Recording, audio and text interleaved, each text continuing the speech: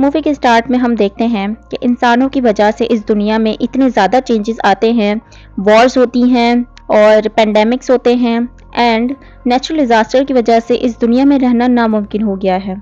फिर ज़्यादा से ज़्यादा एलिट क्लास लोगों ने अर्थ को छोड़ दिया और वो केपलर 209 नामी प्लैनेट पे जाके रहने लगे, लेकिन वहाँ हैवी रेडिएशंस की वजह से वो सब इनफर्टाइल हो गए, यानी कि उन लोगों में बच्चे पैदा करने की सलाहियत ख़त्म हो गई, जिसकी वजह से उनकी जनरेशन आगे नहीं बढ़ सकती। फिर ऑलमोस्ट 250 साल गुजरने के बाद केपलर पे रहने वाले लोग प्लान बनाते हैं कि हमें अर्थ जाना चाहिए, वहाँ जाके देखना चाहिए, क्या पता अर्थ दोबारा पहले जैसा हो गया हो। इसके लिए ये लोग एक मिशन स्टार्ट करते हैं और इस प्रोजेक्ट का नाम यूलाइसिस 1 दिया जाता है, जिसमें कुछ एस्ट्रोनॉट्स को स्पेस शटल के जरिए अर्थ पे भेजा जाता है कि वो वहां जाके पता करें कि अर्थ अब रहने के लायक है भी या नहीं। लेकिन अर्थ पे जाने के बाद उनका कांटेक्ट केपलर से टूट जाता है और फिर काफ़ी साल बाद जब उनका कोई कांटेक्ट नहीं होता और वो लोग वापस लौट के नहीं आते, तो फिर यूलाइसिस 2 नामी प्रोजेक्ट स्टार्ट होता है। स्पेस शटल तेज़ी से अर्थ की तरफ आ रहा, जिसमें 3 साइंटिस्ट होते हैं, ब्लेक, केक और टकर, लेकिन अनलकीली उनका स्पेसक्राफ्ट पानी में क्रैश हो जाता है। ब्लेक अपनी साथियों को बचाने की बहुत कोशिश करती है, लेकिन केक स्पेसशिप के क्रैश होने की वजह से पहले ही मर चुका था। टकर जिंदा था, लेकिन उसकी टांग पे बहुत गहरी चोट आई हुई थी। फिर यहाँ के एटमॉस्फेयर को मॉनिटर करने के बाद ये पता चलता है कि यहाँ पर ऐसी कोई रेडिएशन नहीं है जो कि ये लोग केपलर में फेस करते थे। इसके बाद ब्लेक वहाँ पास का एरिया एक्सप्लोर करती है। वो वहाँ अपने बायोमीटर से वाटर टेस्ट करके अर्थ पे लाइफ के साइंस ढूंढने लगती है। फिर वहाँ पर उसको एक जेलीफिश दिखती है। जब वो जेलीफिश से टेस्ट के लिए एक सैंपल निकालती है तो जेलीफिश उसके रिस्ट पे काट लेती है। फिर थोड़ी ही देर गुजरने के बाद हम देखते हैं वहाँ पे धुंध होने लगती है, मौसम चेंज होने लगता है। ब्लेक को कुछ भी नहीं दिखाई देता उस धुंध की वजह से। ब्लैक टकर के साथ फ़ोन पे कनेक्ट थी। टकर ब्लैक को शटल में वापस आने को कहता है, लेकिन ब्लैक को कुछ नहीं दिखाई दे रहा था। फिर टकर वहाँ एक फ्लेयर फायर करता है, जिसकी रोशनी को फॉलो करते हुए ब्लैक आगे बढ़ती है, लेकिन वहाँ पे कोई और भी था जिसने इस फ्लेयर को नोटिस कर लिया था। वो आदमी टक्कर पे हमला कर देता है, लेकिन ब्लेक के वहाँ पहुँचने से पहले ही वो आदमी अपने साथियों के साथ मिलकर टक्कर को वहाँ से लेके जा चुका था। फिर वो लोग ब्लेक को भी पकड़ लेते हैं और उसे भी वहाँ पे ले जाते हैं जहाँ पर उन्होंने टक्कर को रखा हुआ था। टक्कर का जख्म बहुत ज़्यादा बिगड़ चुका था और उसकी हालत बहुत ज़्यादा ख़राब थी। ब्लेक पिट से बाहर निकलने की कोशिश करती है और उन लोगों से मदद मांगती है ताकि वो मेडिकल किट से टक्कर की हेल्प कर सके। फिर हमें पता चलता है कि जिन लोगों ने इन्हें पकड़ रखा है उनका नाम दी मड है। फिर ये लोग ब्लैक और टक्कर को बाहर निकालते हैं, लेकिन मसला ये था कि ब्लैक को इन लोगों की लैंग्वेज समझ नहीं आ रही थी। फिर एक नार्विक नामी लेडी जिसको इंग्लिश बोलनी आती थी, वो ब्लैक को मेडिकल किट देती है, लेकिन वो उससे कहती है कि वो पहले हमारे एक इंजर्ड आदमी का इलाज करे। फिर वो पहले उस आदमी का मेडिकल ट्रीटमेंट करती है, उसके बाद वो फ़ौरन टक्कर के पास जाती है और उसको इंजेक्शन लगाते हुए कहती है कि मैंने यहाँ पे बहुत सारे बच्चे भी देखे हैं, इसका मतलब ये है कि यहाँ पर इनफर्टिलिटी नहीं है, इसका मतलब ये है कि यहाँ पे जनरेशन को आगे बढ़ाया जा सकता है। इसके बाद टक्कर ब्लैक को कहता है कि मेरा खून काफ़ी बह चुका है, मैं और मज़ीद तुम्हारे साथ आगे नहीं जाऊँगा। वो एक सुसाइड पिल निकालता है और उसको खा लेता है, क्योंकि वो ब्लैक के काम में और मज़ीद रुकावट नहीं बनना चाहता था। इसके बाद हमें ये बताया जाता है कि यूलाइसिस 1 नामी प्रोजेक्ट में ब्लैक के फादर भी मौजूद थे और ब्लैक के इस प्रोजेक्ट में शामिल होने की सबसे बड़ी वजह यही थी कि वो अर्थ पे आके अपने फादर को ढूंढ सके। जब वो केपलर पे अपने फादर के साथ रहती थी तो उसके फादर उसे अर्थ की स्टोरीज सुनाया करते थे।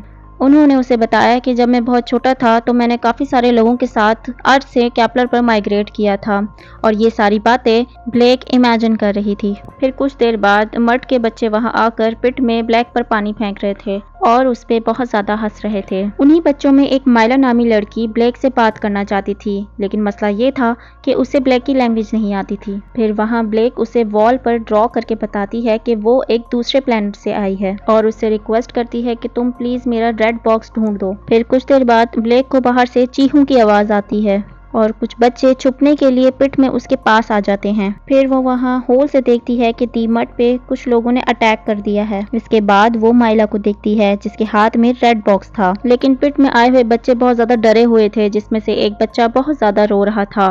फिर ब्लैक उस बच्चे के पास आती है और उसे चुप करवाने की कोशिश करती है। इसके बाद जब बाहर के हालात बेहतर होते हैं तो नार्विका आती है और सब लोगों को बाहर आने को कहती है। इसके बाद नार्विका माइला को ढूंढने लगती है क्योंकि वो उसकी बेटी थी। वो उसे बहुत ज़्यादा ढूंढती है लेकिन वो उसे नहीं मिलती।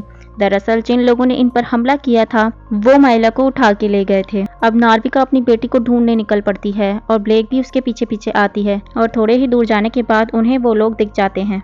वो लोग वहां से लाए हुए कैदियों को बोट पर बिठा रहे थे। ये सब कुछ देख के नार्विका से कंट्रोल नहीं होता और वो वहां पर फ्लेयर गन फायर करने वाली थी, मगर ब्लेक उसे ये करने से रोकती है। नार्विका उसकी एक बात नहीं सुनती, तभी मजबूरन ब्लेक को उसे बेहोश करना पड़ता है और ब्लेक वो फ्लेयर गन दूसरे डायरेक्शन पर फायर करती है ताकि वो उन लोगों को डिस्ट्रैक्ट कर सके। फिर वो छुपते छुपाते उस बोट पे चली जाती है। वहां जाने के बाद उसे अपना बॉक्स मिल जाता है, लेकिन जब तक वो उस बॉक्स को उठा पाती उससे पहले ही वो लोग वापस आ जाते हैं। फिर ब्लेक उस जगह पे जाके छुप जाती है जहां पर उन लोगों ने शिप से पकड़े हुए लोगों को रखा हुआ था। इसके बाद वो लोग वहां से पकड़े हुए लोगों को बाहर निकालते हैं और एक बड़े शिप में ट्रांसफर करते हैं। फिर वहां पर एक पैलन नामी आदमी आता है जो अपनी गन से उन लोगों को डराने लगता है। तभी उसकी नज़र ब्लेक पर पड़ती है और वो उसे देख के हैरान हो जाता है। फिर वो ब्लैक को अपने साथ ले जाता है। वहाँ वो अपने लीडर गिब्सन से उसे मिलाता है। गिब्सन ब्लैक को बताता है, मैं उस शिप में यहाँ पर आया था जो यूलाइसिस 1 के लिए यहाँ भेजी गई थी और मैं तुम्हें जानता हूँ, तुम उस वक्त बहुत छोटी थी। वो उसे बताता है कि मैं तुम्हारे फादर के साथ था और वो बहुत अच्छे आदमी थे। फिर हम वहाँ पर एक नील नामी बच्चे को देखते हैं और गिब्सन उसे बताता है कि मैंने इसे अडॉप्ट किया था। इसके बाद वो ब्लैक से पूछता है कि तुम्हारे बाकी के और लोग कहाँ हैं।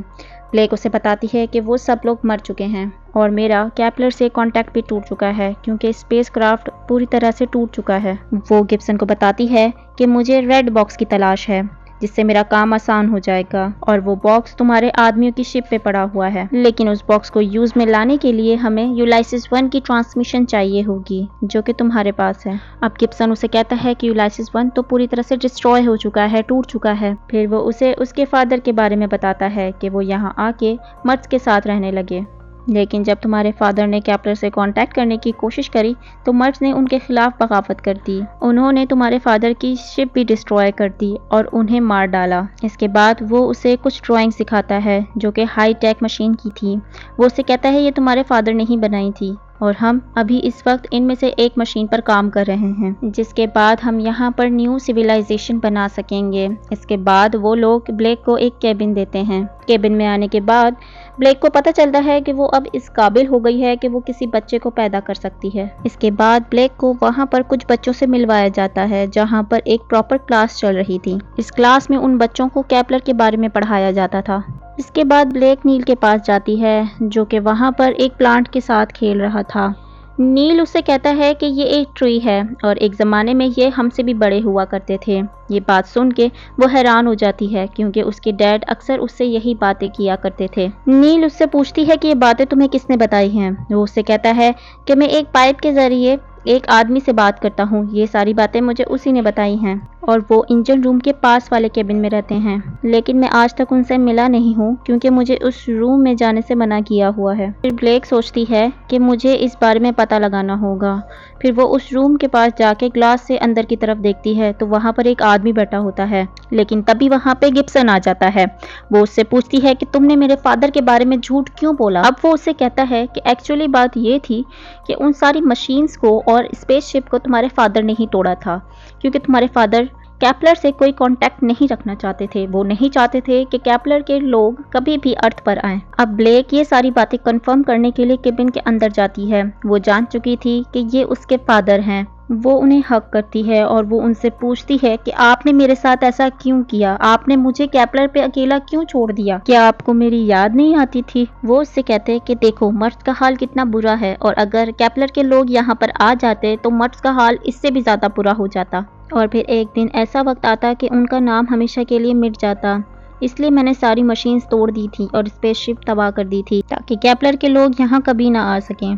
ये सब सुन के ब्लेक थोड़ा गुस्सा हो जाती है और फिर यहाँ से चली जाती है। इसके बाद गिब्सन ब्लेक के पास आके उससे बताता है जहाँ तुम्हारा स्पेस शटल क्रैश हुआ था वहीं पर ही पास में एक वेदर स्टेशन है जहाँ पे जाके तुम अपनी बायोमेट्रिक मशीन को कनेक्ट करके कैप्लर तक सिग्नल पहुँचा सकती हो। फिर रात में डिनर के टाइम पे नील की मॉम ब्लेक को बताती हैं कि जब नील की बर्थ हो रही थी तब गिब्सन हमारे साथ थे, इन्होंने हमारी जान बचाई और उसके बाद इन्होंने हमें अडॉप्ट कर लिया। तभी वहाँ पर अचानक लाइट चली जाती है क्योंकि मर्ज के लोगों ने जनरेटर ऑफ कर दिया था। तभी वहाँ पर पेलिंग आता है और कहता है कि आप सब लोगों को एक सेफ केबिन में जाके छुपना होगा, लेकिन ब्लेक उसकी नहीं सुनती, वो नीचे चली जाती है। तभी मर्ड्स की लीडर नार्विका उस पर हमला कर देती है और वो यहाँ माइला को ढूंढने आई थी। तब ब्लेक उसे वहाँ उस रूम में लेके जाती है जहाँ माइला को रखा गया था, लेकिन माइला के साथ साथ उस रूम में और भी बहुत सारी छोटी छोटी बच्चियां थीं। तभी वहाँ गिब्सन के लोग आके नार्विका को पकड़ लेते हैं। फिर ब्लेक गिब्सन से पूछती है कि तुम मर्ड्स के बच्चों को क्यों किडनैप करते हो। फिर गिब्सन उसे बताता है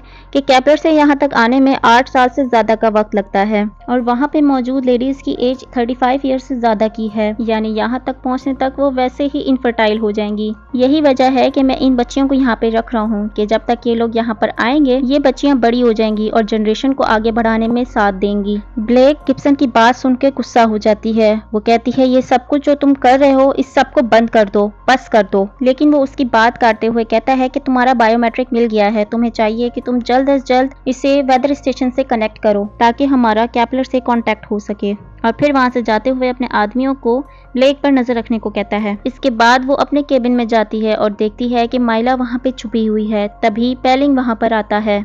उसे लगता है कि ब्लेक वहां पे अकेली है, तभी वो मौके का फायदा उठाता है और उससे जबरदस्ती करने लगता है।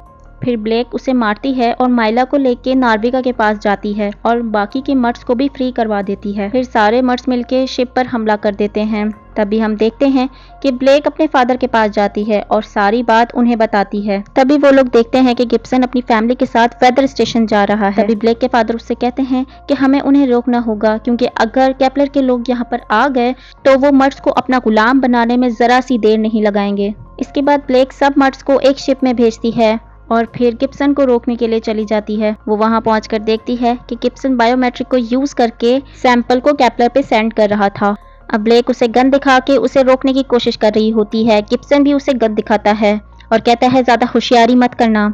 तभी नील की मॉम उसे बताती हैं कि असल में नील तुम्हारा भाई है। ये बात सुन के गिब्सन फौरन उस औरत को शूट कर देता है। ये देखकर ब्लेक अपनी गन नीचे रख देती है ताकि गिब्सन नील को हर्ट ना करे। अब गिब्सन केपलर को मैसेज सेंड करने लगता है। तभी ब्लेक अचानक से उसे पकड़ती है और समंदर में गिरा देती है और काफी देर तक उसे पानी में ही रखती है। ऐसा करने से गिब्सन मर जाता है और ब्लेक भी मरने ही वाली थी, लेकिन तभी नार्विका आके उसे रेस्क्यू कर लेती है। इसके बाद ब्लेक अपने भाई, नार्विका और सभी मर्ड्स के साथ शिप पर आ जाती है। फिर एंड में ब्लेक अपने भाई को कहती है कि केपलर से काफी सारे लोग आने वाले हैं, इसके लिए हमें तैयार होना होगा।